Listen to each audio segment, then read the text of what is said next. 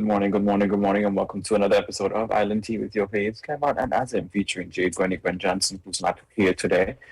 We will jump right into Cross Caribbean Link Up with our friends over in Antigua. Good morning.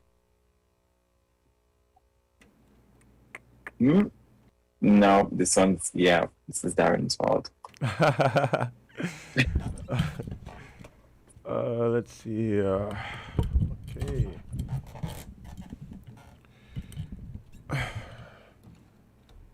Where Kevon gone, eh? I'm right here. Have no fear. Okay. Well, yeah, as we wait for them to cut in. All is well, I'm hoping. Yes, all is well, always. So we will join now with our friends over in Antigua in 5, 4, 3, 2, 1. From St Kitts and St Lucia joining us for our Friday regional link up this October the 8th, 2021. Good morning, gentlemen. Good morning. Hi, good morning. Good morning. And that unique voice, or new voice, I should say, sounds like my friend Mr. Stanley Lucian. Yes. Do I have the pronunciation correct, sir? Good as I can expect. Or is it Lucien? Lucien, yeah, that's correct. There we are. All Yes. right. I relied on my little French in school. Thank you very much for joining us, Stanley. I don't know if you got a chance to rap with Kevon and Azem as yet, out of Win FM in St. Kitts, since I'm late to the part. Well, actually, I'm not late. I was waiting on you all since 8 o'clock, So I hope they weren't washing them out on us here in Antigua. No. It's a possibility. No comment. Did I hear something about Spanish Station? Did my tech hear something about Spanish Station, Azem? Or Kevon? Not this morning. No, not this morning. Kevon looks guilty. Anyway, Mr. Stanley Lucian is a reporter at HTS Radio 100 in Helen of the West, that we refer to affectionately here, or at least I refer to it that way, because that's what I heard people say as I was growing up. The beautiful island of St. Lucia. It is a beautiful island, one of my favorite destinations, perhaps second to Dominica. I love Dominica perhaps more than any other regional territory. But no offense, Stanley, that doesn't take any shine off of St. Lucia. Hi, good morning, gentlemen. I don't see any lady in the path, and it's nice talking to you from St. Lucia. Thank you so much for joining us. All right. The lady isn't here with us today. Okay. Yeah, she has a family situation to deal with.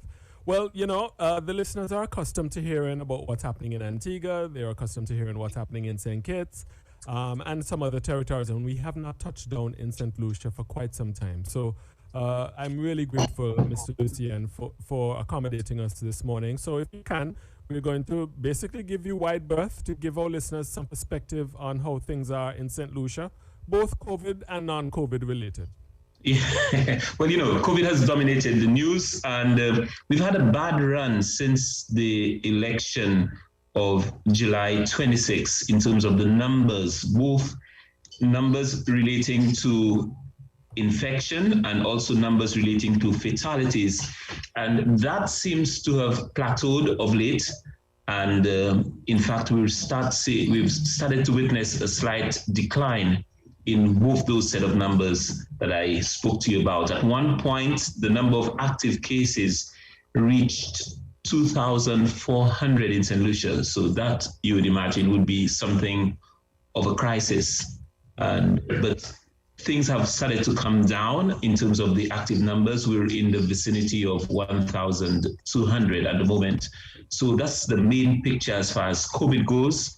There's a raging debate just on the periphery of that regarding the use of ivermectin, and the St. Lucia Medical and Dental Council has summoned one of its practitioners to a disciplinary hearing, and because of her advocating of the use of ivermectin for the treatment and cure of COVID-19, which goes contrary to the dictates of the Ministry of Health. away from COVID, just very briefly, well, we're just over 2 months into a new administration. The Alan Chastney-led administration lost, and convincingly, in the July 26 election, they only retained 2 of the 11 seats that they've had. And the Philip J. Pierre-led administration, the St Lucia Labour Party, won and the majority of seats. There were 2 independents that were aligned to the Labour Party. The Labour Party cooperated with them by not filling in candidates in those constituencies. And so effectively, and these people are in cabinet. So it's a 15-2 majority. Interestingly, the former Prime Minister has been away for most of, since he lost. And we've had 3 sittings of Parliament, and he's failed to attend any because he's away in Canada. He's tried to justify his absence as well-deserved rest and vacation. And that hasn't gone down well. It's creating some sort of controversy. Yes, gentlemen. Okay. So you're saying he's off island and saying that he needed some rest? Yes, he is off island. He's in Canada at the moment. Interesting. That's interesting indeed. So you say it's not going down too well for him politically, but has there been any conversation about his future leadership of the party? Murmurings, and initially it hasn't really picked up as loudly as probably someone would expect. But there are the little whispers here and there. But so far, no one is emerging as a credible candidate. The other United Workers' Party candidates who retained his seat, and a gentleman called Bradley Felix, has indicated that he's not interested in the leadership of the party. He says he doesn't think, at least for the moment, he's cut for this. And so to date, no one has emerged to challenge him, at least within the party. But just yesterday, the chairman of the United Workers' Party tendered his resignation. And he said he thought the task is beyond him to rebuild and reposition the party to be viable again. Right. That's the typical bloodletting sometimes that takes place after a party loses, especially loses in humiliating fashion as the UWP in an election. So it doesn't come as a terrible surprise. But it's somewhat disappointing to hear that Mr. Chastney has not been very, vocal, shall we say, on how things have been playing out since his ouster. I certainly tried reaching out to him to be a guest on the program, but I don't think I got a response this time around. So we'll see. We'll see how things play out. But outside of the plan, in terms of Prime Minister JP, I have that correct? Prime Minister. Correct. Yes. Yes. I have that correct. How is he doing? How is he, has there been any significant decisions? Has there been any significant missteps? How would you assess the first few months of his administration? Okay, and there were a few sittings of Parliament, as I indicated, and a number of new legislations were not only introduced, were also passed. Among them, the marijuana legalization and bill was presented to Parliament and passed. So what this meant, that's the first in many steps they've indicated, that if one has in one's possession a stick of marijuana, anything under 30 grams, and one would not be arrested or charged for it, depending on the age. Yes, so that's one of it. And we just heard, because the party ran on a platform of putting people first. In other words, the intention or the plan is to focus on social development, because there was the clamoring, particularly with the impact COVID had on the economy, that the people were really suffering as a result, and more attention ought to be given to social issues and assisting people, creating those social nets. And as opposed to what the criticism of the former administration was, the focus and emphasis on infrastructural projects. So we are seeing those things taking shape. In terms of missteps, yes, you would have found, and there have been a few utterances that ought not to have been made, and you see people struggling to maybe just backpedal a little, and there have been a few of those as the government settles. Right. Why do you think, by the way, I don't know if my friend Azem, you have a question, or Kevon, any question for Mr. Lucian? Well, no, I was No, very you are. curious as to where he was going to continue and Yeah. take the conversation. It just seems to be so much happening, between COVID and post-elections in St. Lucia. It's very interesting to hear what's happening. Right. Yes. Right. Just to come back to you in St. Lucia, Mr. Lucian, why do you think that the UWP lost? Your perspective. I mean, as someone who pays attention to what's happening in St. Lucia, why do you think he lost so badly? One, I think the emphasis, well, COVID had an impact. We would have to be real. Any incumbent would have difficulty holding on to power with COVID and all of the host of problems that came along with that. So there was COVID. There was the impression that the government was not as caring as it ought to be, not only in response to COVID, but throughout its tenure, because we had seen a number of social programs and were, ended. And that had an impact on people. There's what they call the distress fund. If, underprivileged people were to, come across some sort of crisis, the burning of a house or something, that there was some fund they could tap into that was from early days cancelled. There was the closure of Radio St. Lucia. There was the defunding of the National Trust, which was a major issue here.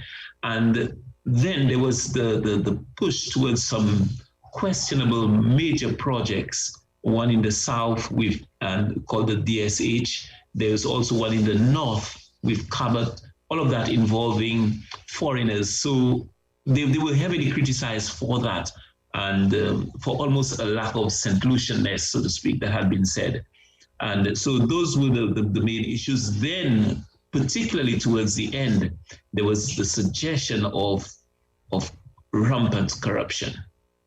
And that dealt a very significant blow. The government didn't respond. The government of the day did not respond adequately to the host of allegations that were emerging. Have the allegations? Sorry, go ahead, Azem. You go right ahead. Sorry. You said it didn't respond adequately. Did they respond at all, or the response was a bit vague?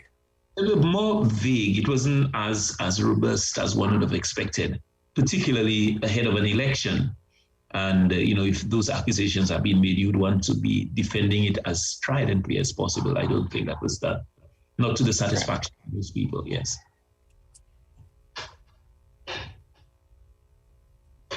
That to me comes as a surprise. I mean, one would think that, especially in the lead up to an election, that a government would be, or certainly a party would be mindful and sensitive to criticisms and allegations of corruption. I mean, any government in power usually gets this accusation thrown in its direction, whether it's substantiated or not. But have those allegations proven to have any merit at all, or they were just thrown around for election campaign purposes? Well, I think a lot of them are being pursued right now, and there appears, possibility of something coming out of it. There's word of, in fact, the Prime Minister has said that he's going to appoint a special counsel to deal with those allegations. So that's where it is. Okay, understood. Azem, you had a question? I thought I heard your voice somewhere in there. No, that was Kevon, but yeah, that was me. I just feel like there is so much taking place, even as you spoke to some of the issues that would have come up during the last election cycle. It seems as though I'm hearing a common thread of the people feeling as though they are not being fully represented, or they're not in the forefront of the government's mind, at least at the time prior to the last election. Has there been a stark change in the feeling of the people on the ground in St. Lucia after the election of this new government?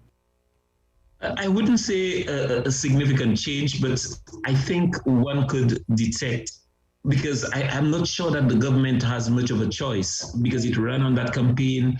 It was heavy in its criticism of the previous government for, being distant, so to speak, from the people. But in terms of something hugely fundamental, a fundamental shift, not as yet, but you see the gradual and reposturing, if you like, of the this current administration's efforts. And in terms of, well, for one, they dealt with they reinstated the St Lucia National Trusts and subvention, which had been removed, and they've reinstated a number of other social programs that have been either ignored or cancelled. Okay, because I know, especially at this time, given COVID, that has been a discussion in a lot of the islands, where the governments are handling it from a social support standpoint, or even welfare and that type of thing. So it would be very interesting to know exactly how people feeling about the government's response to the crisis as it relates to that specifically. Yes. Let me ask you, why do you think the UWP moved to, or did they give explanations for why they dismantled these social protection instruments or institutions? Was it purely financial, or it was against their ethos? What was it? Yeah, I think it more has to do with the political outlook, the political philosophy, and which is a way different from that of the Labour Party and Labour parties generally. And the Prime Minister was of the view and the position that, listen, let's push those projects. They are going to make a difference in the end in people's lives, as opposed, let's get people to, basically, and pull up their socks and get working and get doing things, as opposed to being out there and assisting. So it was a philosophical approach to governance. That's his sort of, take on governance. So Mr. Chastity is a classic. Sorry, go. Azem, you were saying something? No. I don't know if Kevon was. Something, I don't know, strange. Okay. So you would say that Mr. Chastity is a sort of, to use the American political context, would you say that he's sort of Republican, whereas the Labour Party is a Democrat, in the sense that basically pull up yourself by your bootstraps, we're going to grow the economy so you can find a job and not rely on the state for support? Is that a fair parallel to draw? I think so. I think it's fair. Okay. And that stems from who? Mr. Chastity himself and his business background, you think? He was the driver of it. And I'm not sure that his cabinet colleagues were convinced of it, but he was such a dominating figure and in the cabinet. He, along with his Minister of Economic Affairs, Guy Joseph, and that was the philosophy, that was the route they were taking, and everybody seemed to just, hopped along. Right. With tragic political consequences, though. Yes, certainly. I think that played a huge part. Especially if it's happening at a time when the unemployment is high and people, are really suffering. And this resonates a lot stronger with them at that point. Mr. Lucian, is there a state of emergency in St. Lucia currently? Yes, still going on, and up to the 16th. And the way that manifests itself, we have our curfew, which begins at 9 and ends at 4:30. That's on weekdays. And Sundays have been no movement Sundays. And Saturdays, the curfew begins at 4:30. Wow. Oh, wow. All right. That was in response. That sounds very restrictive. Yes, that was in response to the spike we were experiencing, which was very, very significant. I mean, after time, people got used to the alarming numbers, but from what they were to what they had become, it was and in a sense frightening, because our health system was really struggling to cope. There were issues with a shortage in oxygen, and the hospitals clearly couldn't accommodate everyone who would have wanted their assistance. There was one of our hospitals was converted to a respiratory hospital to deal specifically with COVID-19 patients. It has a capacity of about 120. That was easily overwhelmed. So you would have found, maybe just 1 in every 20 COVID-19 positive case was at hospital. Other people had to be isolated at home. So it was indeed an alarming situation. And though it probably wasn't, I don't know, on the ground, you'd see people and you keep on thinking, but are they aware of how significant this is, how widespread this is? Because you'd still see people walking without masks. And that's one of the changes that the government brought about that I don't think went down well, either through misinterpretation or, just sending the wrong signal. Because the previous administration had the protocol wardens. They had those people out on the streets, uniformed, working along with the police. They had the powers of arrest. And people who were found and not, complying to the protocols were either warned, and in some cases they were arrested. And particularly they were resistant to, making the changes. The government had signaled, in opposition, the party had signaled that it would be going down a different route. And so when they got into power, one of the first things they did was to expunge the records of people who had been prosecuted under the former state of emergency. And they said, well, what they would be doing was to make it a ticketable offense as opposed to a criminal offense. That, I believe, sends the wrong signal, along with what happened in the run-up to the elections with all the campaigning, the carnival sort of, I don't know how it looks like in some of the other Caribbean countries or territories, but in St Lucia, there's little difference between carnival and campaigning, political campaigning. So we had a lot of mingling and, creating the perfect breeding ground, so to speak, for the spread of the virus. I mean, I think sort of similar to.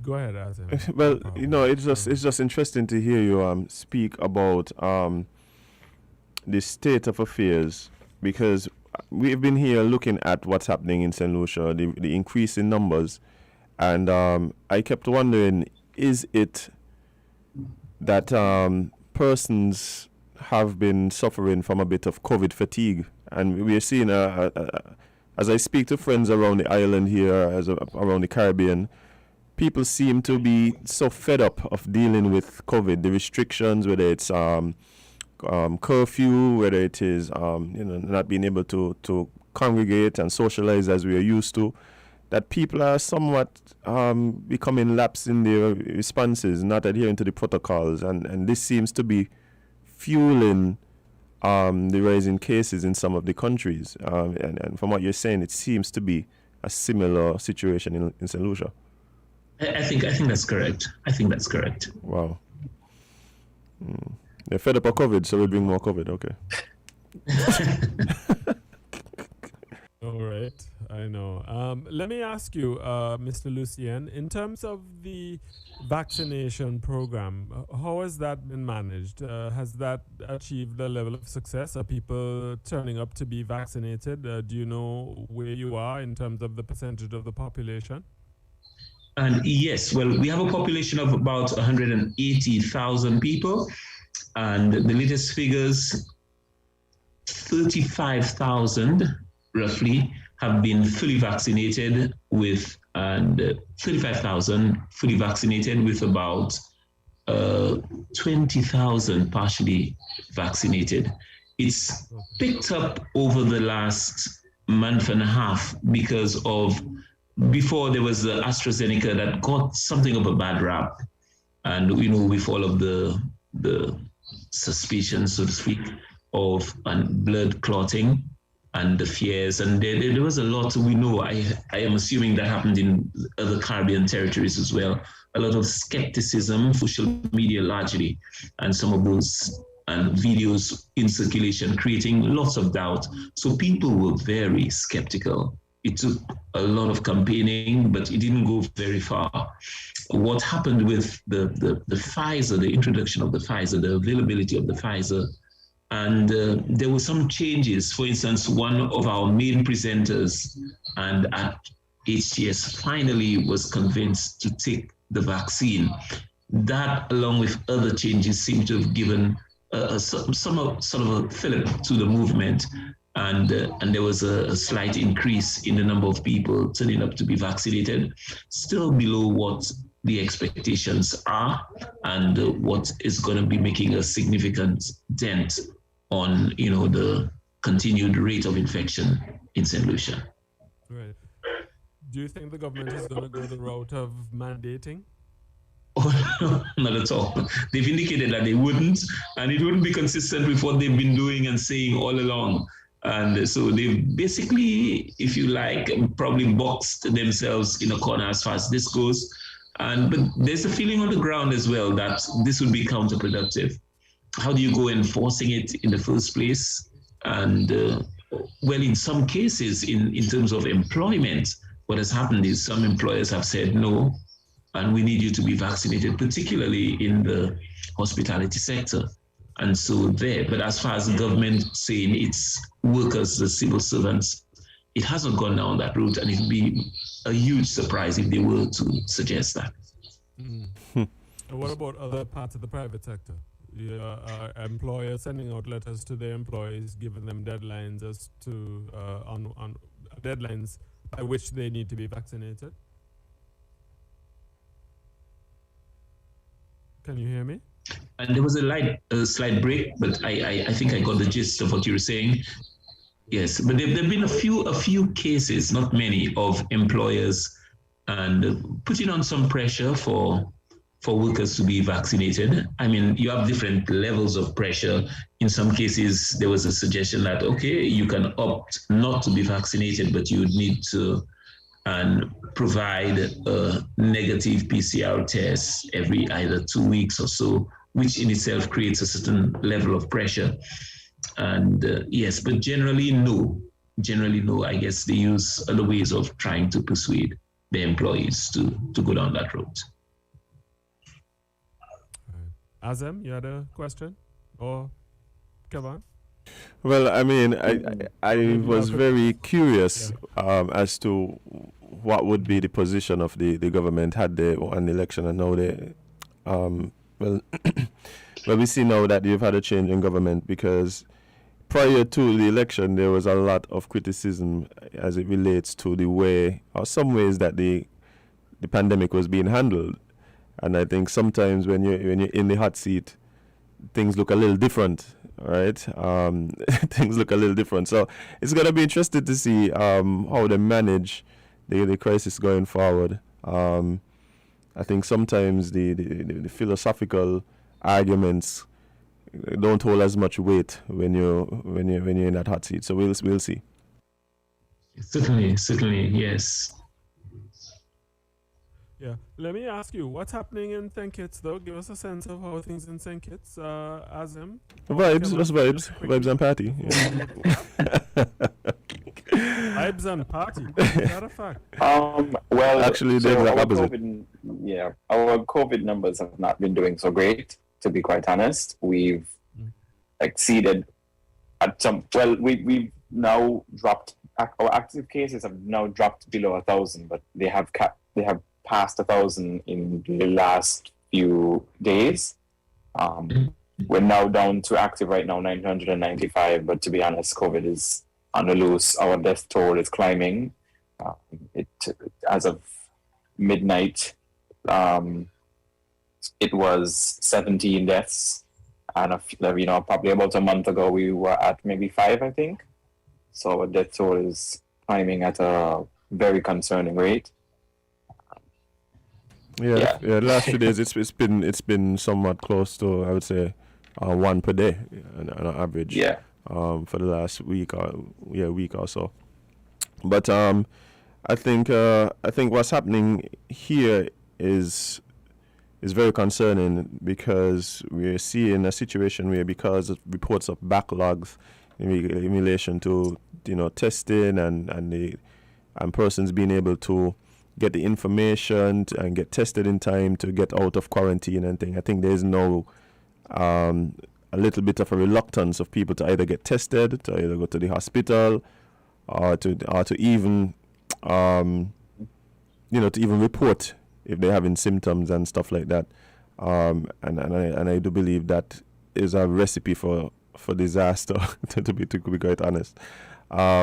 So the hope is that, well, the government has been putting things in place to build capacity in relation to getting on top of the backlog, more testing facilities, particularly in Nevis, where they're now going to be doing PCR testing very shortly.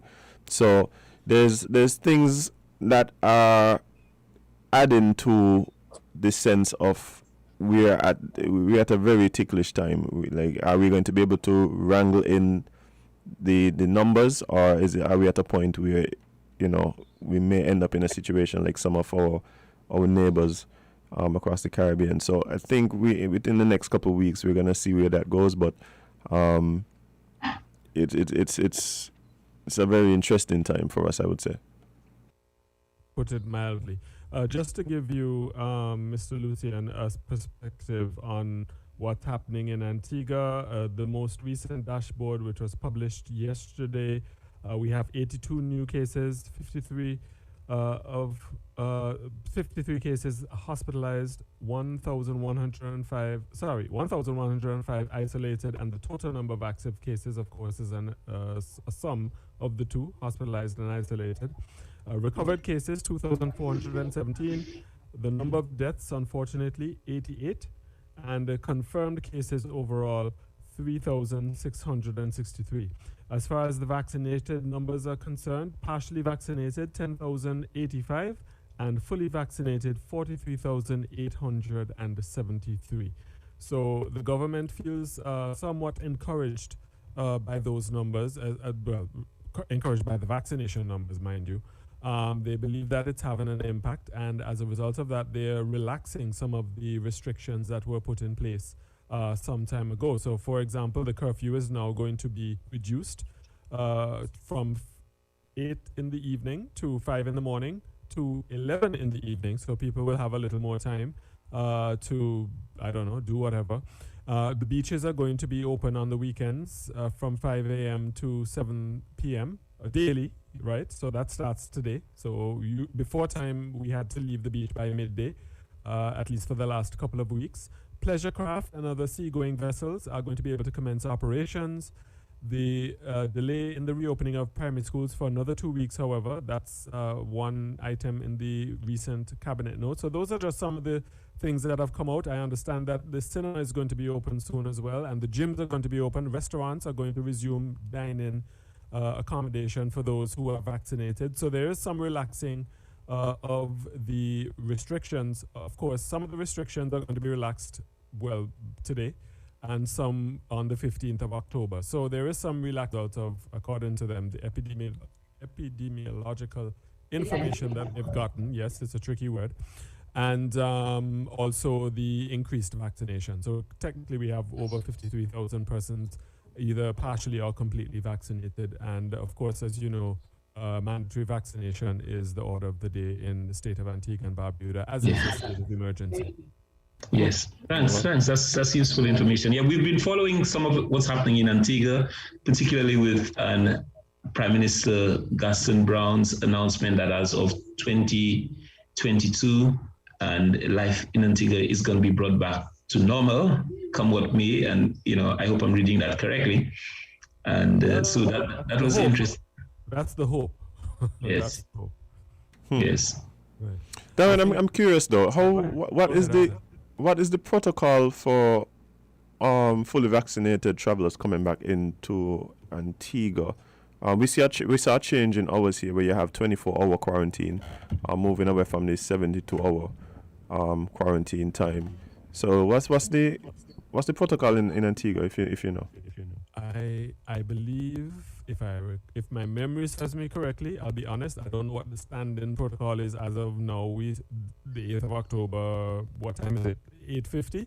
But I believe once you come in with a negative PCR test and you have fully vaccinated, you have proof of vaccination, you can basically do what you want. You're not there. Also, there's no quarantine time. That's my recollection. Okay. No. If you're fully vaccinated and you have a negative PCR test, you'll be fine. Okay. I have a relative who returned to the country not so long ago, and there was no restriction. She presented a vaccination card. She came with a negative PCR test, and that was it. And I believe the same is happening this coming weekend. Well, I'll find out what the protocols are because I have family coming in from Canada. So I'll find out. But my understanding is there is no restriction. There is no restriction. Okay. Once you have a negative PCR test. And Gentlemen, can I beg to be excused? Sorry. Yeah, sure, Miss. Yeah, after us to Yeah. By the way, what does HTS stand for? Helen Television System. Helen Television System. I'm not so far off. Yes. Not so far off. There you are. Yes. I was. It was a pleasure, gentlemen. Thank you very much. With you, and nice, getting more intimate knowledge of what's happening and in this part of the Caribbean, the northern part of the Caribbean. And always a pleasure. We always want to find out as much as possible from our fellow Caribbean people and what's happening. So thanks a lot. I hope that's not the last. But it was a pleasure. It will not be. I'm to add you. I'm actually thinking of creating a group of some kind so that we can all keep in touch and keep each other abreast of what's happening in our That's perfect. So I'll add you to that list. Fantastic. That's Stanley Lucian. Thank you very much. Our guest from St Lucia, the Helen of the West. All the best to you, sir. Stay safe. Yes. Have a pleasant weekend. All right, gentlemen. Thank you so much, gentlemen. That's a signal that I also have to go because my technical director says we have some messages we need to bring. And I hope that both of you stay safe. Please give my regards. Well, I can give my regards to Jade, but at least for the benefit of the discussion this morning, our regards and our prayers with Jade at this time. And please stay safe, gentlemen. Will do, and you do the same. We'll do. Hello? You do the same. Okay. Thank you very much. I'm trying my best. Take care. Blessings. All right, man. Well, we see just the latest thing that Darren discussed was the vaccination situation. Well, not vaccination, but the entry procedure to the country of Antigua. If you're vaccinated and you have a negative PCR test, you just roll through, which I'm sure lots of people are happy for. But I'm interested to see how that's gonna play out. If it's gonna cause an issue, but we'll see, I guess. Well, I think that it's always interesting to see how this is being handled in the different countries, right? And what the mindset is and how that evolves, because it's evolving differently in a different. Because for instance, they have that type of protocol as it relates to entry, but at the same time, they have stiffer restrictions on the local population than we have here. The restaurants have been closed, gyms have been closed, the beach has been closed. And a curfew from 8 a.m. to 5 a.m. that is now being lifted. Mm-hmm. But I always find it interesting, like I said, and as much as everybody talks about, we're going by the science, I don't wonder if you got different science in every country, or the science is just being interpreted differently everywhere, because everywhere has different protocols. So it's kind of interesting to see how that plays out. I always it's because, for instance, here we are going to get to the point where, if you're fully vaccinated and come with a negative PCR test, then you're free to frolic among the locals. But who knows when that's gonna be? Who knows when that's gonna be? Who knows? And I think part of it is where the conversations are framed in the local thing. As much as they say the health officials and the science, a lot of it has to do with the way the conversation is being handled on the ground. Like what the populations and how the popular people and the bigger influencers, what are their positions, what are they saying, who are the bigger players, and what are they saying, and so I think that's what's causing the difference in the protocols and the approach from island to island, as opposed to somehow different science being applied. But yeah, because you know what, we know what's interesting too. When you have people talking, debating, a lot of time it isn't the person who, or the argument that is stronger really has less to do with the facts of the argument, but more to do with the proficiency of the presenter. Mm-hmm. Is this something we'd like to see mirrored in St. Kitts? Well, the entry procedures for vaccinated persons in Antigua. Are you think there's something? Well, let me not say we'd like to see. I think everybody's answer is yes. But do you think we're ready for that? Yeah, I think that's the bigger question. If we're ready, are we ready to now? Are we ready to accept passengers into the country who are fully vaccinated, negative PCR test within 72 hours? Quarantine. This is my thing, right? I think you have to do an assessment, because one of the arguments that you could make is that we making it easier for people to come, right? For people to come, but then people still feel restricted in the local population. You still feel under restrictions. Now, there's a couple of ways to look at it. The truth is that the biggest risk might not be from somebody coming in on a plane who has a negative PCR test and is vaccinated, as opposed to the person sitting down in your office who refused to wear a mask. Right? So, good point. Yeah, so that's one way to look at it. But then again, people still feel like, well, people could just come in and join the population, and the population here just still feels restricted. So I think obviously we're going to get to that point. We're going to get to that point where, and I think we're going to get to that point soon. Because of course one of the discussions still is to do with the cruise passengers. As much as they say it's a bubble and thing, there's still some inherent risk. As much as we try to reduce that risk, there's still some risk in terms of, persons coming on the ship and all of that, and interacting at least with a limited portion of the population. So I think we're gonna get to that point where it's just come in and be free, but maybe not for another month or so. I think maybe this will be I think we'll be ready when our cases go down, because I think I think let's start watching the cases. Because in other words, right? I think let's start watching the cases. In other words, we're actually relaxing the protocols as the cases continue to climb here. For some weeks it's been 100% rising cases. And we're seeing a gradual reduction in the severity of the protocols.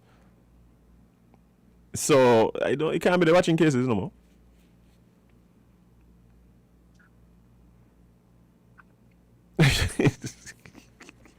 I mean, sorry. I apologize. Oh my. But yeah, so who knows, man. I don't know the philosophy. I think the easy way to justify these things is to say, oh well, we have people going out and get vaccinated, and the faster people get vaccinated, then the more we see the restrictions will drop. No, it ain't true. You are getting pressure from people, you are getting pressure from the corporate community, you are getting pressure from all sorts of stakeholders up and down the place, and that is what causing the thing. Cause yeah, that's really what going on. As deaths, You could imagine deaths going up. We had to, if you were to really average it out the last 3 weeks, we had to play. It's the highest it's been for this from the start of the pandemic. But we're relaxing the restrictions.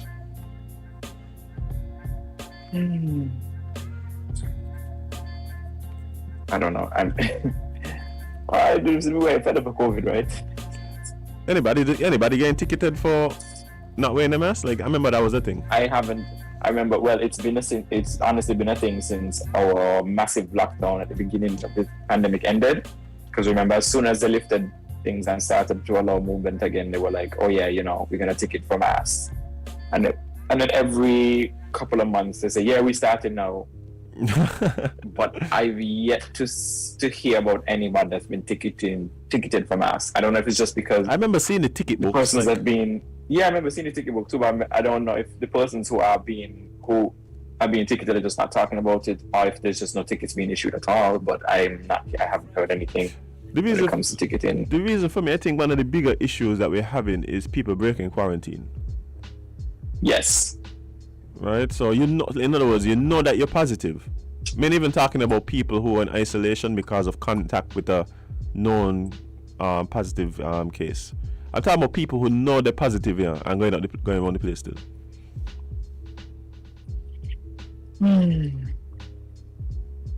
Oh, I just had to go. And again, people, the mindset, the view towards the thing, it changing people and it's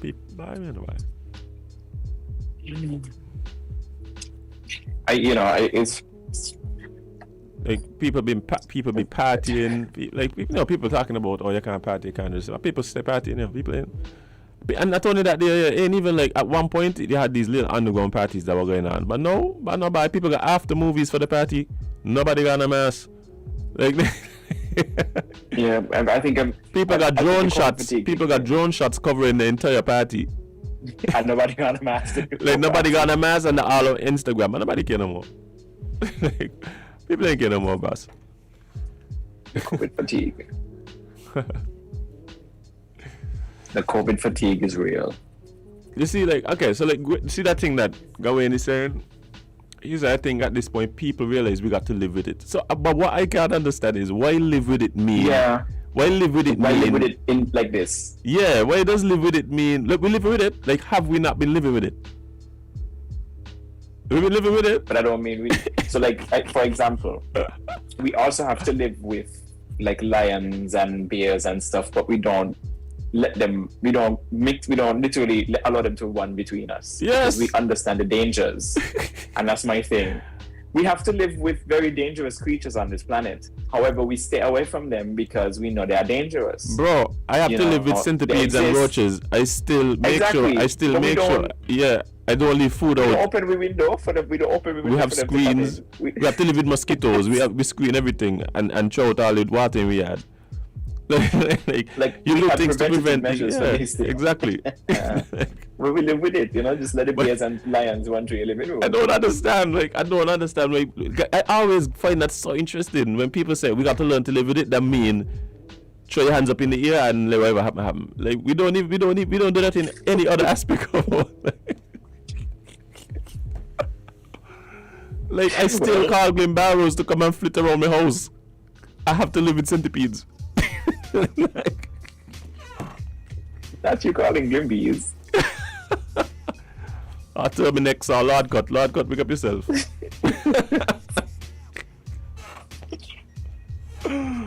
Oh boy.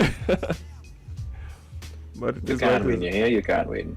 But it just, again, I for me, this thing is becoming more of a, like, okay, like, yes, of course, I try to protect myself and my loved ones. Like, there's people around me who I can't afford to live with the feeling, whether anything serious happen or not. I can't be the one to feel, like, I can't be the feeling of knowing, like, I was the one to, because of my, because of your actions, put somebody at risk. Like, there's people around me. So I try to, for that reason, I try to be as, adhering to the protocols and as safe as possible, right? There's places I go, first thing I do before I even walk in the house, I sanitize my hand. I go into the house, I wash my hand. If I go home, I change my clothes. So you do little things. You keep a mask on when you're out and that kind of thing. Mm-hmm. But it's just. But it's becoming like it's a big social experiment for me. This thing is like a huge social experiment. I'm learning so much. I'm learning so much about humans and human tolerances, how we prioritize things. This thing is just like so very just like a big social experiment, and I think that is what's going to be the long-term discussions as we come out of it. In the short term, maybe how governments handled it, how the world handled it, and that's going to be part of the discussion around in future generations if we make it that far. But in future generations, they're gonna look at that. But the long-term discussions are the thing that that the human race is gonna take away from this pandemic is just how we operate on the crisis and how people, the choices people made during this time and what that means and all that. That's what I'm interested in. Yeah. I know, but I just think over it. I think we are, but I know. I think the biggest takeaway from this is not takeaway. Well, I guess, but just yes, we have to live with it, but can we live with it safely, please? Can we do things safe? Can we minimize spread? Can we make sure the persons around us are protected? Because not only are they being safe, but so are we. The irony about this whole thing is that we keep saying we need to live with it, and they keep to living with it for some people, and of course everybody have a different definition of what that means. But the definition for a lot of people is that they directly follow it up with who gone dead, and they're like, but you just said we gotta live with it. So how would that go? I don't get it. I don't get it. Look, this is what I keep telling people. COVID don't care that you're tired. COVID don't care that you're tired. COVID don't care that you're fed up. COVID does not care. So as much as you're fed up and you're just bye, let's just whatever. Because COVID ain't going nowhere. Yes, you just said it. COVID ain't going nowhere. So what is the response to increase COVID? What's one of the frustrating things for a lot of people is that you can be as safe as you want, but it just takes one person who doesn't care to ruin all of your safety measures. Yeah. See, you could sanitize, you could spray, you could do this, and then it just takes this one person who walks in the same room as you with their mask as a chin strap, shouting and coughing, and then a few days later you test positive. Yeah. See, for me, I'm looking at it differently. I've been on record as saying I think as we move forward, everybody is going to at some point get exposed to COVID, right? And that we all are maybe going to have to try and manage it and prepare for it. So one, I believe that even though I acknowledge that, I think one, we have to remain safe to give us as much time to prepare for that eventuality, right? Whether it is personally preparing yourself, working on your health, working on your physical fitness, that kind of thing, or from a national standpoint in terms of building the infrastructure and getting the resources we need to deal with this situation, right? But that being said, I also just think we just need to continue to put things in place so that the numbers don't get so crazy that it overwhelms society. The restrictions help us to manage the cases, right? So people think about the healthcare system, and that is obviously one of the first places that we will see stresses if the numbers get out of control. But when people kept talking about the lockdown and we can't lock down or whatever, I said, okay, so you know that the cases gonna go up, yes. You know when you get the virus and the cases go up, you don't work, yes. You don't work for 2 weeks, yes. So I said, do you believe that there's a point at which COVID just decides that there's enough people that has COVID and stop spreading? No. So if you don't try to put things in place to stop this spread, then theoretically you could get to a place where everybody on lockdown. Yes. But you don't want lockdown. No. Okay, cool. Because 1 + 1 = 2. People think that 1 + 1 = 48. But it doesn't. And I ain't arguing for or against lockdowns in this case. I'm just trying to get the when you like. There's a rationale behind it. There's a rationale behind it, and I think a lot of people are missing the rationale. But not only that, like, okay, if that's not the case, then if we're not going to do lockdowns, then there must be some other restrictions that help us to manage the spread, so that we don't get to a place where our resources are overwhelmed. And the thing what bothers me even more is that we've seen it happening in other countries. I mean, talking about countries that seem a world away. We're talking about Bahrain, and we're talking about India, and we're talking about Morocco or Malaysia. We're talking about Grenada and St Lucia, Dominica, Antigua, Barbados. Barbados just closed down. All I want visa. Sorry, yeah. Barbados stop taking. Barbados ain't doing it no more. Barbados say, watch you. Right now we can't do it that right now. Embassy kind of closed down right now. But I don't understand it, bro. I don't understand it. And again, this is just for the people who are obviously tired and feel that they just want to just buy whatever happen. Like, I see whatever happen looks like. I mean, really wrong with you. I tell you, when one of the things that really hit home for me was when I talking to a partner of mine in Grenada who his grandma had passed, and he was asked to go and deal with view the body or whatever. He goes to the morgue, and the man literally is outside. He had to go to find his grandmother in a container. And check like that there, that like when you hear people tell them kind of, that when you hear people give them kind of story there, and so me, I don't want no kitchen to experience that. I don't want no kitchen, no division to experience that. When this whole pandemic started, and people, my friends, a lot of my college friends saying that somebody for them died and they can't even go to see them, and they have to go identify the body, and it's like the body in a tropical freezer container, and I'm just like, this is the apocalypse. Like, this is the movies. We don't go to the movies to watch chaos on the screen. The chaos is literally outside the window. Like, wow. Yeah. It's what a place to be in. But hey. Well,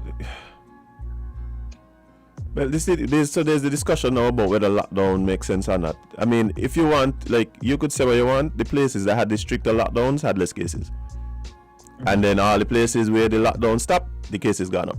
Like, so if you're telling me you don't see it, then we can't really have a discussion like that. For me, that's not up for debate. Like, up to now, like the place, like.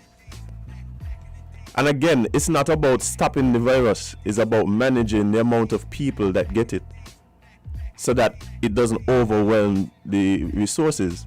And again, I'm not at this point calling for lockdowns or anything like that. I just don't understand the mentality where it's like, just let it be.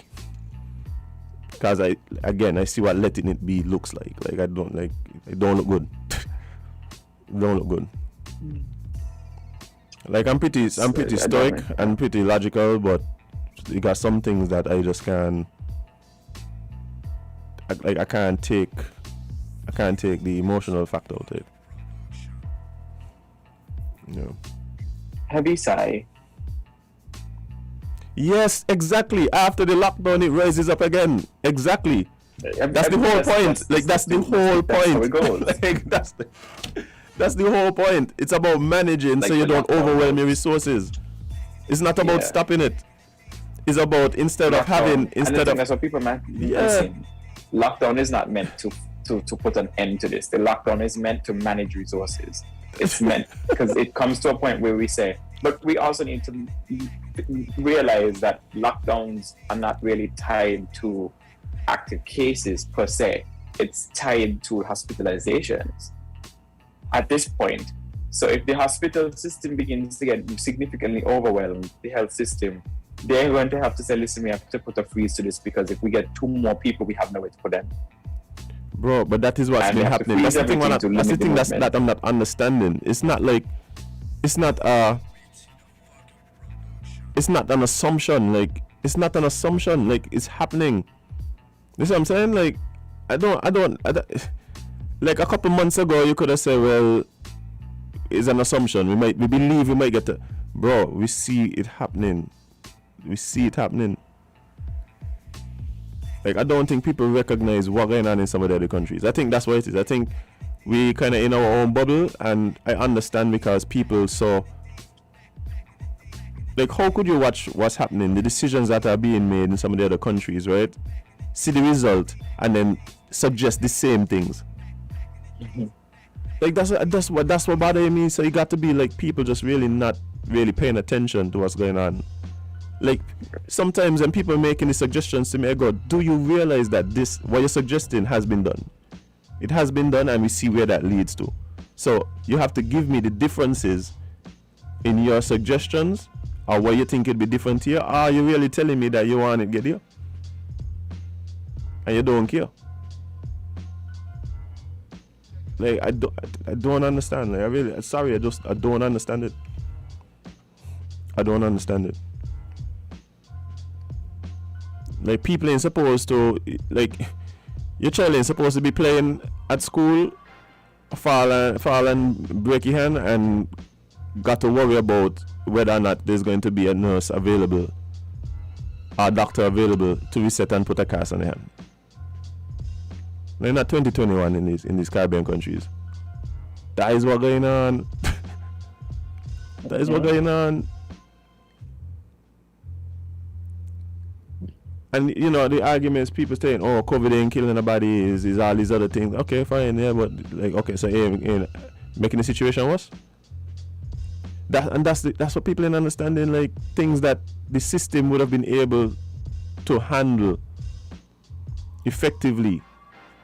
When you have this thing that is putting such a drain on resources, it becomes difficult for those same things that would have been handled pretty easily before to get handled at all. We are already converting wings of the hospital only to COVID patients. So anybody just stop to wonder where the patients that would have been there going? Nobody stopping to study about that. There's, oh yeah, we got a COVID wing, yeah. Okay, so, but there was something before. Right now, we had 1,000 and something people, positive active cases. That's 1,000 and something people who home out of the workforce are ain't going to school. Then you have the people them who is contacts to them, so they got to stay home as well. I know a few people who basically been on the contact tracing list like 6 times. Yeah, you can't work. Because, and literally they have to like isolate. They literally have to self-isolate. Well, not 6 is an exaggeration, like 3 times. And I'm pretty sure there's some people who've been on the list 6 times. But I know somebody who's been on the list like 3 times, and every single time they've had to stay home for 2 weeks, and that's what, like 6 weeks you've had to stay home because you go somewhere with somebody who either caught it because somebody else was being reckless and didn't say anything, or just catch it just because, or they put themselves in a situation where you kind of we welcomed it, and then now by default you have to stay home for a few weeks because somebody put you at risk. Yeah. And then you go somewhere, and then imagine you come back, you go work, then your coworker who wasn't feeling good came to work for the 3rd day, and then now you have to go back home again because you're on the contact tracing list.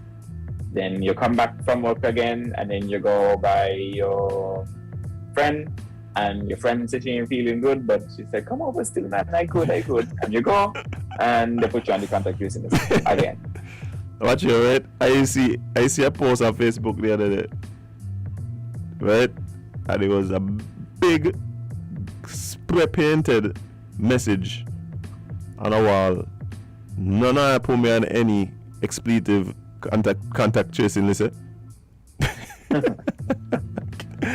But I watch you, right? I wonder if that. So my thing is, when you got 1,000 and something people, 2,000 people who ain't working, that don't affect the economy.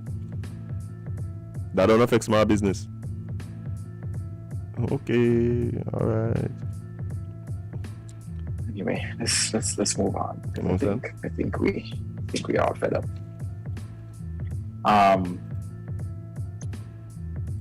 Let's get to the COVID stuff quickly. There's COVID stuff on the list. COVID, and remember pull out what's left on me here. So let's talk St. Nevis. Oh, tea time. So St. Nevis, COVID leaves 23 in the hospital and 3 very ill. 23 people are currently in hospital due to coronavirus. The information was revealed by the acting CMO, Dr. Cameron Wilkinson, during the COVID-19 press briefing on October 6, 2021. We have a total of 23 hospitalizations. 4 are in Nevis and 19 are in St. Kitts. Oh, I read that wrong. 4 are in Nevis and 19 are in St. Kitts. I feel like I said 14. There are currently no patients on the ventilators. However, of the 19 that are ill, 3 are very ill in St. Kitts. Dr. Wilkinson used the opportunity to encourage people in St. Kitts and Nevis to get vaccinated as it decreases their risk of becoming severely ill. St. Kitts and Nevis is currently administering the Oxford AstraZeneca vaccine to people 18 and older and the Pfizer vaccine to children between the ages of 12 and 17. These vaccines are being administered at all health centers across St. Kitts and Nevis. So, there's some interesting articles in Antigua that I think I want to touch on. Because Jade stick them in here and I'm just like, wait, what? Yeah. Just one them too quick. So let's do some Antigua stuff quickly. So the Sir Lester Bird Medical Center has addressed the claims of a missing body. Imagine that, bye. Oof. That's heavy. So the Sir Lester Bird Medical Center wishes to express its dissatisfaction following the publication of the article that was named. Family complains they cannot find body of COVID victim who died since September 25th and hospital director is saying nothing. Hey. The response to the medical center's response to this said is that we find this very erroneous and erroneous charge leveled against our hospital, which has gained significant attention, and it is disturbing. At no time was any member of the hospital's management team contacted by the author or media outlets to check the veracity of the report being made, said Dr. Albert Duncan, who is the medical director. This news article, which basically suggests that our hospital had misplaced a body, is reckless and irresponsible journalism, and fear-mongering by these media outlets. And it does nothing but serve to undermine the public's trust in our hospital. We also have no record of being contacted by any member of the deceased families inquiring about their loved one after following up with the funeral home of their choice, which would have been the first place to start since the body of the deceased was released in their care. There are certain procedures which are followed shortly after a patient dies at a hospital. A part of this involves the next of kin being notified of death and being asked to confirm their preference choice for funeral home. Once this decision is made, either the hospital or a family member will call the selected funeral home and make arrangements for the body to be transported. This is a decision that is made by the family and not the hospital. In this instance, the appropriate family member was duly notified when their loved one passed, and the Barnes Funeral Home was selected for burial arrangements. The family was also in contact with the funeral home about said arrangements. as we've said before, we cannot respond to every attention-grabbing headline, news article, or social media post. But they think that this one was a bit out of line. And I mean, like, what was the purpose of the clickbait the clickbait link? Clickbait, that's it. I mean, like, you do all of this to undermine health care facility, and then when people need health care, they don't go because you just wanted clicks, and your clicks did what it was supposed to do. Got you clicks, but it also like discredited a hospital for no reason. Journalism gone on the journey. Because as we discuss time and time again, you could literally just publish anything and all of a sudden you're a news outlet. Bro, you got people literally right here just walking around with a phone like they covering news. It's like, miss, you're live dropping out because you ain't pay your data. Like, you're not a news agency.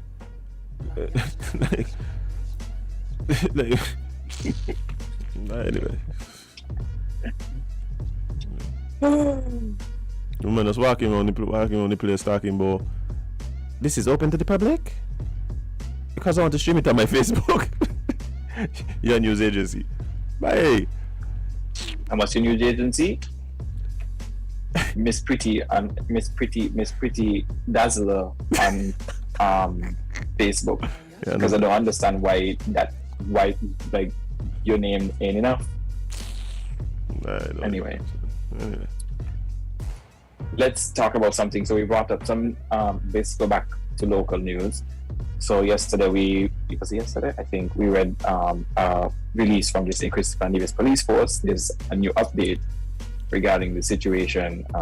So a juvenile has been charged for the offense of murder. So on October 7th, 2021,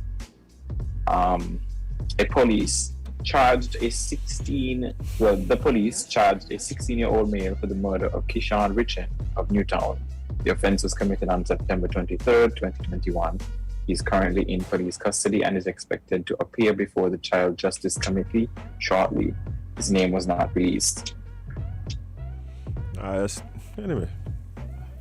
Again, I don't know the particulars of this particular situation. I don't know anything, right? But I think, again, it keeps speaking to a wider problem. And one thing I keep saying is that if we feel we're special and we're blessed because hurricane don't come here often, we're very wrong here. What we see happening out there in the wider world can come here if we don't actively seek to stop it. Yeah, because for me, being blessed don't mean that others need to suffer for our blessings to happen. Because right. I don't get the blessed thing. Like, we blessed, we don't get hurricanes. So we blessed and others aren't because we get saved from hurricanes. So, but that means that others get it, so we don't. But what I'm saying is that we see this trend. We see this trend around the world where violence isn't relegated to just people over 18 and over 20, like by actually little children collecting bodies at 13, 14, 15 right now. Yeah, which is not. And we look at it like, oh my God, over there so bad, and over there. Actually, if you ain't do something to make sure that you ain't reach right here, you ain't reach here. You think we 13-year-olds ain't listening to the same drill music that they're listening to and normalizing certain activities and certain behaviors? Okay. Like, I've been to Chicago, yeah. Like, people that we talk about Chicago and thing. I've been to Chicago, yeah. You understand? Like, it ain't something that, you know what it is too? You know what it is for me? Like, I've been to Chicago, been on some of these blocks that have been some of these songs. And when you're there, you realize these are just people. Like, these ain't people walking around like they look just like me and you're cool, they talk, they have fun, they eat pizza and like just like the regular people. So if you feel, and again, you see people have the propensity to do something, don't feel like you are the people around you don't have the propensity to do the same thing. Yeah. So we gotta figure out now what it is that's causing these types of behaviors so that it don't become the trend. Like, because we see what happens in situations where, whether for social, racial reasons, that these behaviors becoming very, very, very prevalent. Young people, actually, mothers ain't supposed to be burying the children. Fathers ain't supposed to be burying the children. You understand? And mothers ain't supposed to be bawling because the son who's still going to school in prison. Ain't supposed to be happening. So we see it happening. Like, let's figure out now. We can't just blame it on that one person and that one situation. Like, oh, here's a bad child. He bad for me, but I night long time. If you know it long time, what you do? If you know it long time and you know it was gonna happen long time, but they need to put you in jail too. Let me figure out exactly why it is going on. But like, can't wait until it becomes the norm and we continue to romanticize it and build it up. And everything is them and there. Or they kill another one. Who is there? But what you're doing is you're divorcing yourself from the situation. You're taking away yourself from the situation. It's always there. It's never we. And so things will keep happening. Watch out. People, you want to see justice served and thing, and people do bad things, and there's consequences for the actions. Yes. So yeah, we want to see that there. But at the same time, but we don't want to see that there. You don't want to see a young fellow standing up in front of a committee discussing the possibility that he might have taken a life. Like, you don't want to see that. At least I don't want to see it. So, anyway. Yeah. You want to take a break? I feel like it's getting heavy. Yeah, we could take a short break. Yeah, let's take a very, very short break and we'll come back to more Island Tea on Win Media SKN. We will be right back.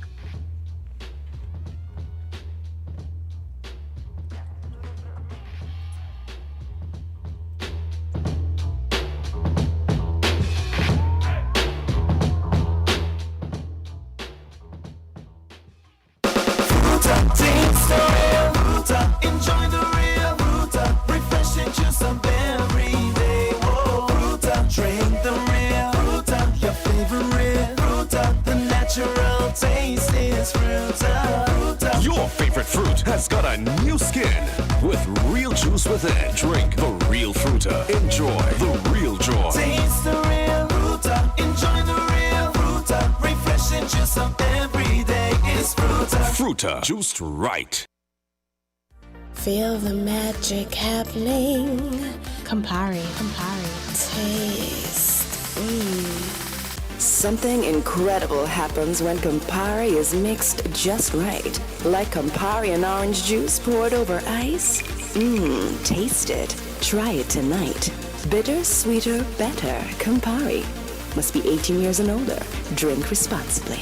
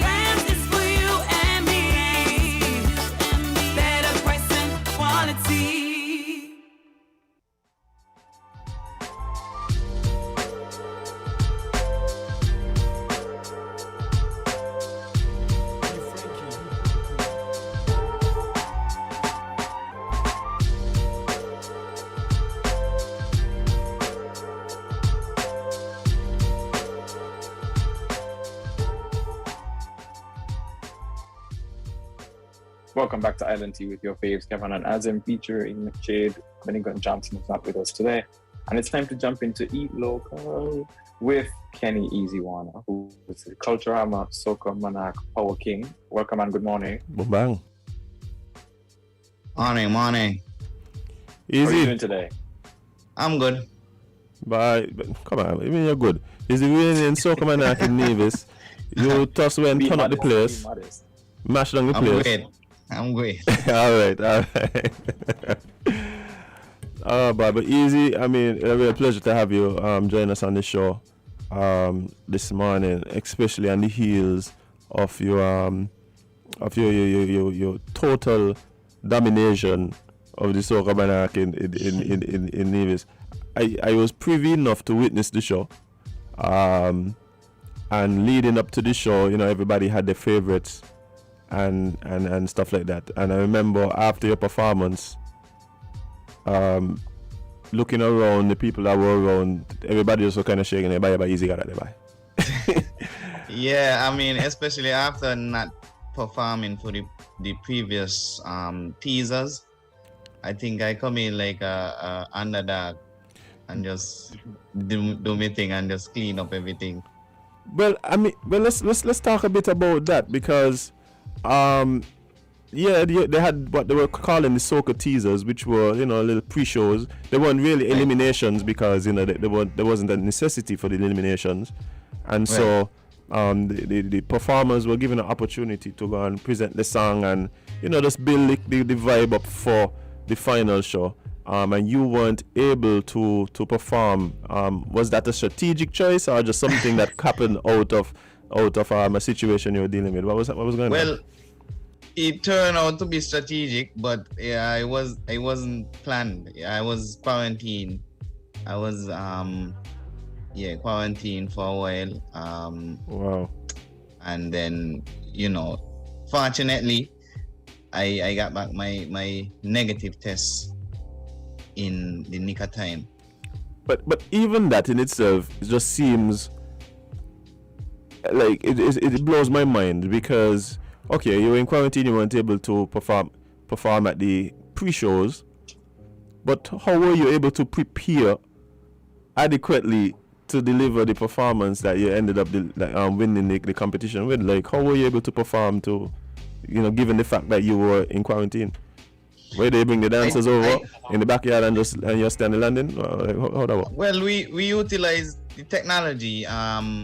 We did most of it. The times when we did practices so on, they would send the dances to me. After I came out of quarantine, I think it was 1 or 2 practice sessions, and I recorded it, sent it to them, so that they could get an idea how to perfectly time my performance and when they should come in and so on. We never really got the chance to do physical practice like me with them. But you know, we experienced the dancers, they got that experience, that Soca Monarch experience. So, you know, they just, I guess his experience really played a big part on that night because everything just gelled perfectly after we hit the stage. Well, I mean, you talk about experience, and we're probably gonna step back a little bit because we jumped right into your most recent accomplishments. But the truth is that you've been involved in music for quite some time. Yes. How long have you been involved in music? I would say since about 2002, 2003. That's when I just started to try a thing. Try me hat in the ring and just decided, you know, this is the time to start doing my thing. Just a little after high school. So you, after high school, like, what was your first real foray into music? You were a solo artist, you came up with a band, like what was your start?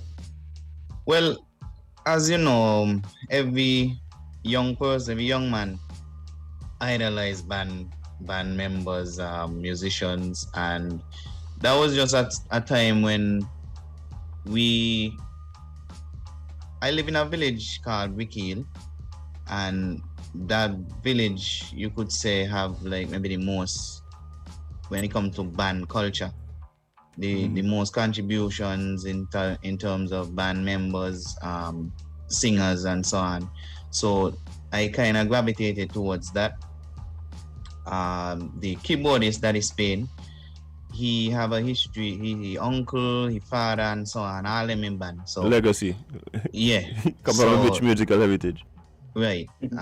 So my brother, the bass man, Kevon, the two of them link up, and they wanted to start a band, but they didn't know how. They didn't have the finances. It was just the will.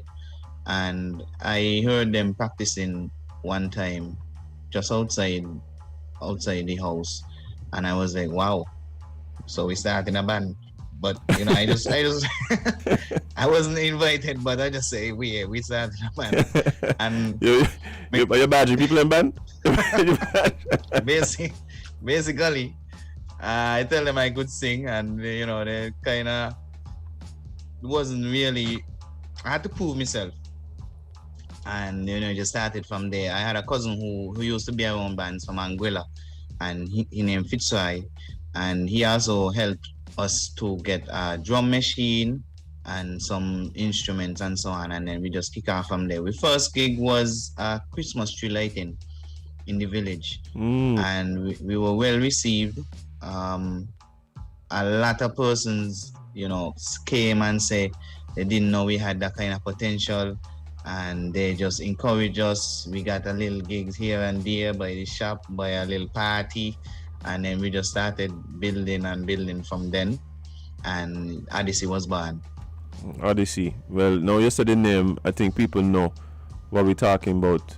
Yes. Yes. Yeah, when we hear Odyssey, we know that's a band around for quite some time and been making real contributions, not only to Nevis Culturama, but even right here in St Kitts, performing time and time again.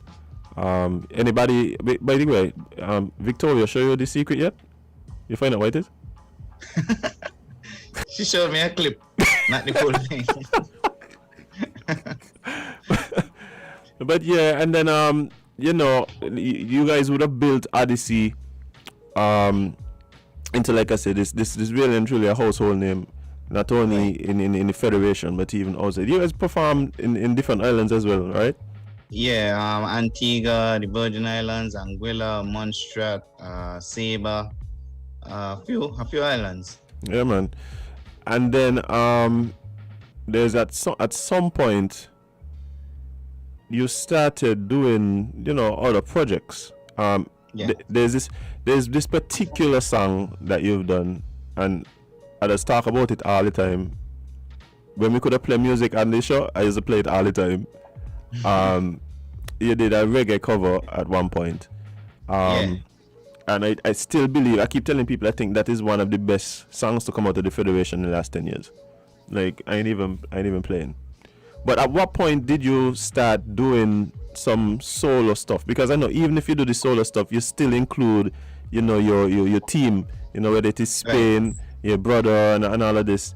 But Eazi started to differentiate himself as an artist. At what point did that start happening?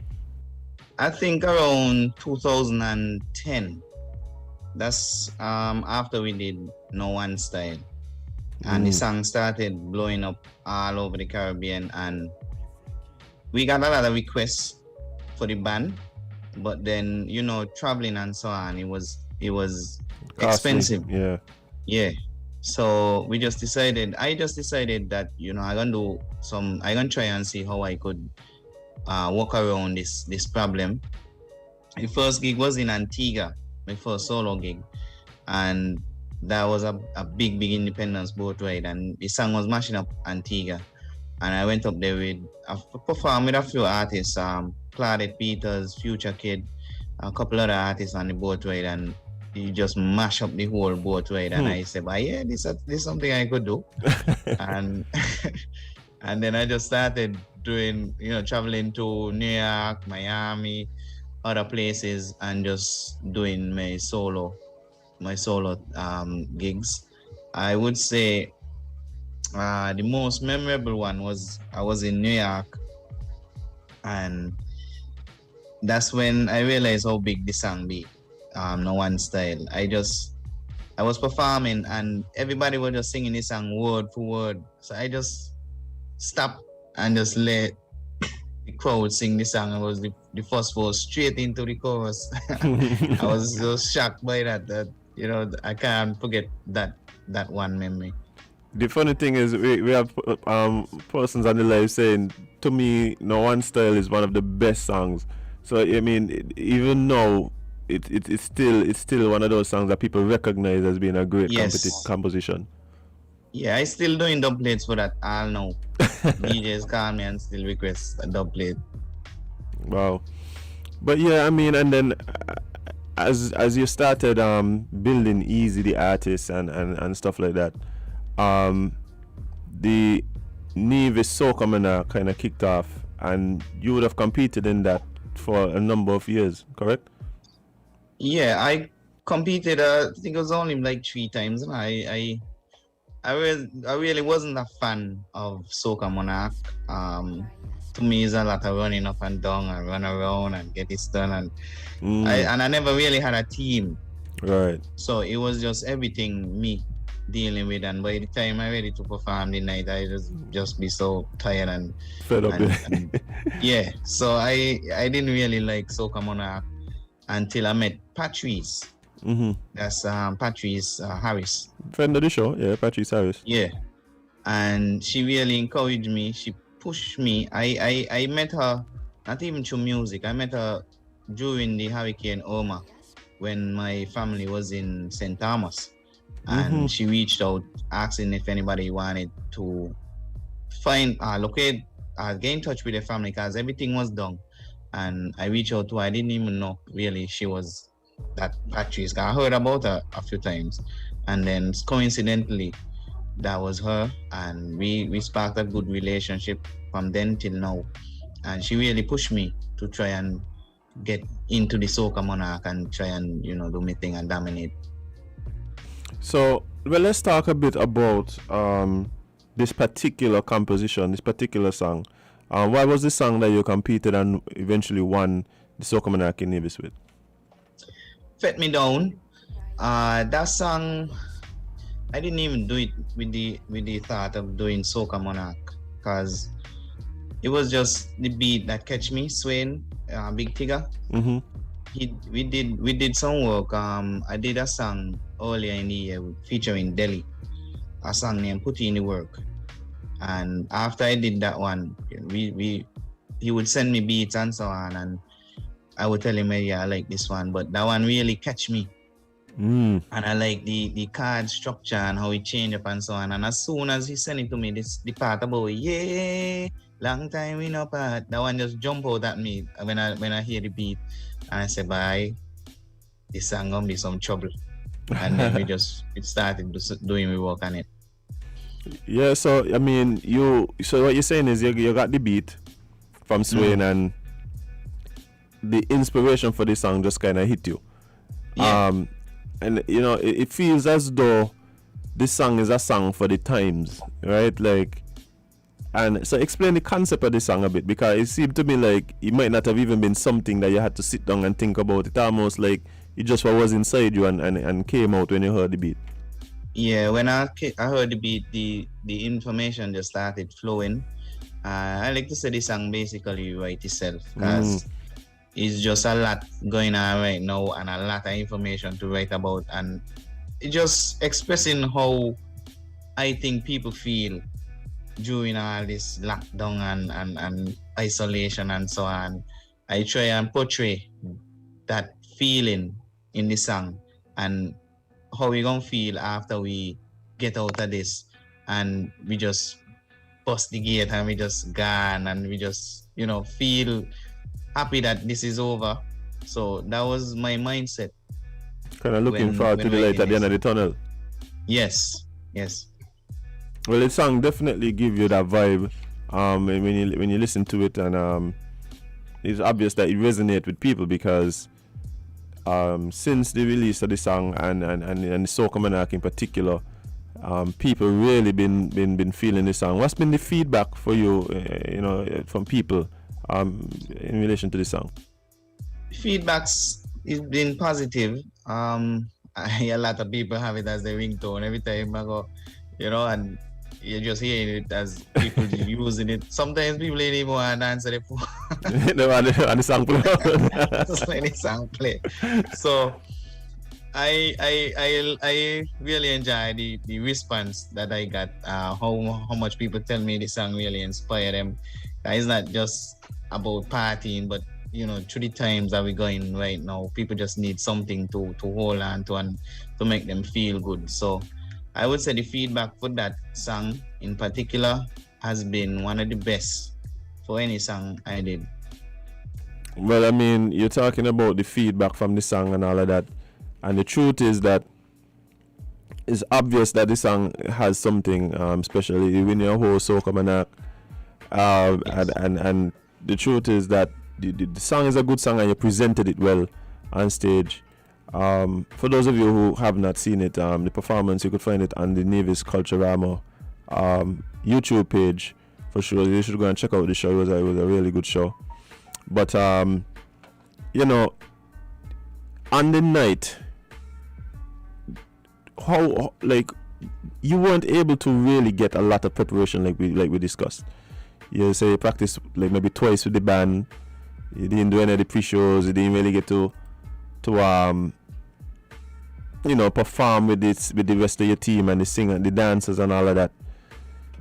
Like, what was the feeling like just as you're on stage, backstage, waiting to go on stage? Like, what was going through your mind at that point? Well, I was just anxious to get on stage, anxious because I've been away from the stage for a while now, and I was just anxious to hit the stage. We had everything was covered. Patrice covered everything. The clothing was set, the costume, the female costumes, everything was just set, and I just felt confident backstage. So you felt confident in the preparation, right? And then backstage, we were prepared. While we were preparing, I just felt a calm over me, and we were backstage with Patrice and the dancers and everybody, and we just relaxed ourselves and we just prepared to hit the stage and to mash it up, and we did. Well, it's obvious. Like I said, once the performance, I mean, even before the performance was done, I was looking around at people's reaction, and who wasn't totally jumping up and bouncing. And bear in mind that this was virtual, and we'll talk about that in a bit. Who wasn't just jumping up and just getting into the song, was just kind of in awe of what was being and what that was on display. And we're talking mainly about the crew because, as we know, Culturama this year was done virtually.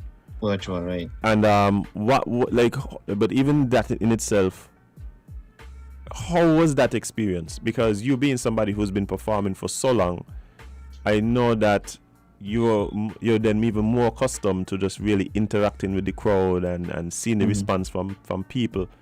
How was it performing and doing a Soca Monarch virtually? Well, it got a lot to do with mind power too. And I just picture a whole big crowd in front of me, and everybody was just jamming and enjoying. I just picture the village when I come out, and everybody was just going on crazy because the response from persons from since the song release, that also helped me as well to get the confidence to get the executed right. I could see a lot of the persons, as you said, the crew, and then you had a few persons in there who really come up to the stage after they hear I was next. Right. The instrument players as well, the band, I got a lot of vibe from the band. So I didn't even really need a crowd in there because we practiced and the band was giving me some energy, some good energy. And then I just used the energy to, as at one point in my performance, I just dropped the mic when I was featuring the band. I just put on the mic and I was just like in a zone that No, I was in the sky. Nobody could take me down from there. Right. And when I'm done, I check WhatsApp, I check Facebook and YouTube, and the responses, I quickly read them because I had to go interview. Mhm. And I'll go through them fast, and everybody was like, yo, this song, this performance was lit. And you know, some people even tell me they get one lady tell me she was in her bed relaxing and watching the show, and she just some just takes you out the bed and she got a sheet and she just a spin. So the experience, I know it was something memorable for a lot of people. A lot of people, even if they are days after, the person was just walking up to me and like, yo, that performance was something else. Thank you for that. You know, they really needed that because it's not a lot to be inspired by right now. Yeah. And people just try and grab on to those sort of stuff. So I was happy to be such an inspiration for persons and such a good feeling Right. for these people. Especially in this time. Right. But you know, after that performance and the win in Nevis, the big question is, you come and sing it with a song? You come and sing it, come mash up the place with a song? I don't sign up. Okay then. Okay then. Man, work out with song yet. Okay. I mean, work out with song yet. But I got a beat already. So I don't think I could use. So you think about doing something new? I don't think I could use the same song, but I would have to verify. But let me talk to these people. See, my big tune got to Yeah. play. Big tune got to play. I think we had a problem like that some years back with Right. the same using the same song from Nevis. So Yeah. I don't have to verify, but I done sign up and everything, done ready for St Kitts Nevis Carnival. Yeah, but that would be crazy if you were to bring that song down here, and really compete with that. So the powers that be. I would love to. Yeah, the powers that be. Music is music. It matter if you don't perform somewhere else with it. Bring the song. But but yeah, man, because I think and again, I think part of it is just the message. It's just the message of the song. The like you said, the feeling and the vibe is something that I think a lot of people could relate to. That like Right. anticipating a moment when we could just party and feel like we used to, you know, Without limits. with no limits. Yeah, and I think people really looking forward to that. So I think, you know, having that be part of our celebrations here, upcoming would be a good thing. But yeah, but I mean, obviously, you tell me you done got beat and things. Some new music coming. You're still in studio. Well, if they say I can't use this one, I done got a backup. I done got a plan B. So Okay. I got it covered. All right, and so basically the next thing for you is looking like preparations for National Carnival, Sugar Mass. Yes. Wow. Well, Eazi, I mean, it's been a great conversation. Again, congratulations on your Soca Man victory. Thank you. This year. In my personal opinion, well deserved. And again, the opinions of a lot of people that I've spoken to seem to be the same. But you know, just before we wrap up, let people know where they could reach you, see more of your music, listen to your songs, give them streams, and just kind of stay up to date with what's happening with Eazi. Well, you can find me on Facebook. My personal page is Kenny Eazi Warner. My artist page is Eazi. I'm on Instagram, Eazi869. I'm on Twitter, Kenny Eazi Warner. My music, all my music is on YouTube. You could either type for Eazi, you could search for Odyssey Band, because a lot of my music on Odyssey Band YouTube page. Right. You could also contact me if you need a gig, if you need me to do a gig, 665-7802. You send me a WhatsApp message, you can send me an email, eazi12@gmail.com, EAZI12@gmail.com. It's a small place too. meet me in the street. We have a conversation. You're reachable. Yeah, easily reachable. Yeah, easy to reach. Yeah. But yeah, man. And you know, I know you already shout out some of your team, but if there's anybody you want to shout out or even give kudos or thanks to, that would have contributed to your win. Well, I just wanna thank the whole team, from production from production of the song to the production for the Soca Monarch. Everybody, the fans, the supporters, the well-wishers.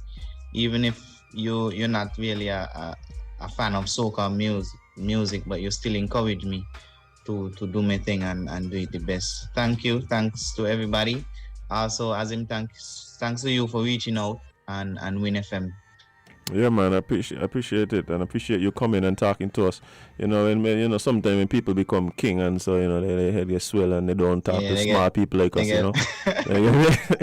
They get lost. Yeah, man, but Eazi, it's always a pleasure when we link. I have a lot of respect for your craft. Looking forward to whatever is next on the agenda for you, brother. Big respect. Yeah, man, for sure. And guys, go check out Eazi on his social media. Check out Odyssey. Again, real stalwart in this music thing right here in St. Kitts. Hey, bring up and big up. Okay, before I butcher it, I'm gonna ask you how you pronounce where you're from. Cause some people say Brooklyn, some people say Brooklyn, some people say Brickhill. Like, how you pronounce it? What the official pronunciation is? It's two words, brick and kiln. Yeah. Like the oven. Yeah. But some people get a little, even people from the village who get a little lazy and just say Brickhill, Bricklin. But it's really Brickhill. Okay. Well, big up Brickhill one time. Always producing like Eazi mentioned, a lot of people in this music thing for years and years and years and years. Years and years. Yeah, and one thing about the community, they always support the people from the community. That's one thing. Right. I always recognize that's true. 100%. All right, guys. And oh, by the way, since we're on the topic, we got a whole bunch of Nevis listeners and viewers that tune in. And really appreciate you guys tuning in and being a part of us here on Island Big up T. to the Nevis massive. For sure. But Eazi, thanks so much. Thanks for joining us, brother.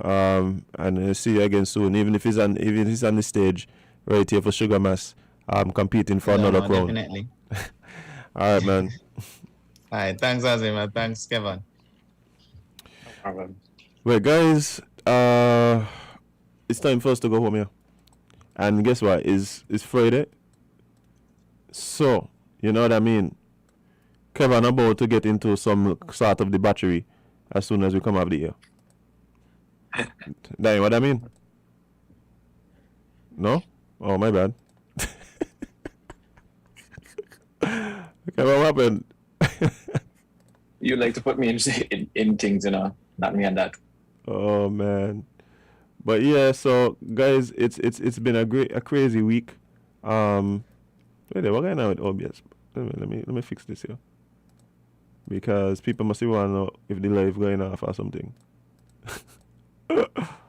But yeah, guys, it's Friday, and I just really want to encourage people to stay safe.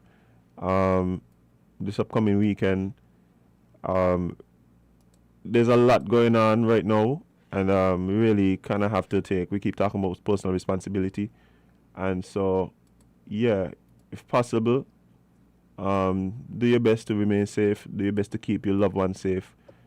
And enjoy yourself. Get some rest. For those of you who that's possible. Some of you work on the weekend. Some of you things turn up for you more on the weekend. And when I say turn up, I mean talking about going to the ballerina displays on the weekend and throwing the money up in the air. I mean, talking about that. Not that kind of turn up. Talking about work. But work turn up. Work turn up. Okay. Yeah.